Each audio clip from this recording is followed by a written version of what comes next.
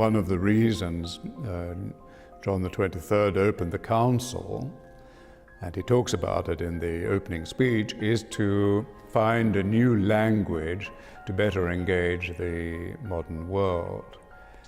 But the big question is, really, have we found a new language that does engage the modern world?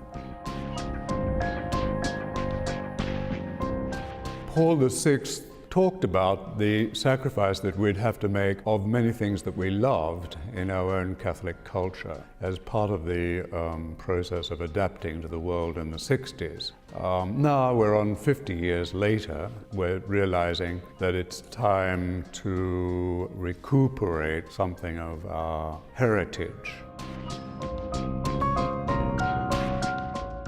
I grew up under a generation that had been super disciplined by the Depression and by the Second World War.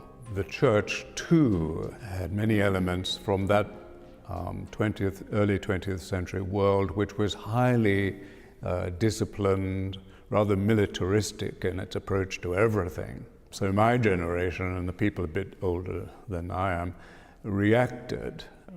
Love and joy and peace became the great passwords, and they were in reaction to our parents' generation.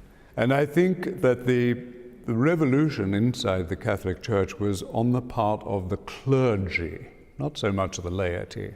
And so they threw off their habits, threw off their rules. A lot of them went to live in private houses. The younger generation doesn't really seem to be much interested in that formula. Young people who have grown up with parents who have lived more freely, let's say, have in many ways suffered as a result. They've suffered instability. Very often they've had parents whose marriages have broken up. So you've got a generation now that's looking for more commitment and greater certitude and, strangely enough, more discipline and clearer teachings. Modernity now for young people is old-fashioned. They can cope with the more challenging liturgy of our Roman tradition.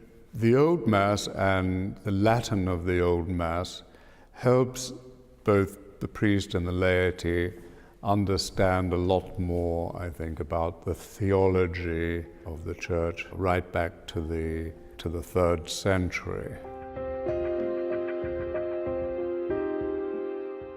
I think we're really at a turning point again. A younger generation of priests and seminarians are looking for their own traditions because they need them. The Church has to really move with the times and realize that its people, and especially its young people, are much more sophisticated than they used to be. And they're looking for something of a higher level. And I think that is connected with finding the great tradition and richness of the last 2,000 years.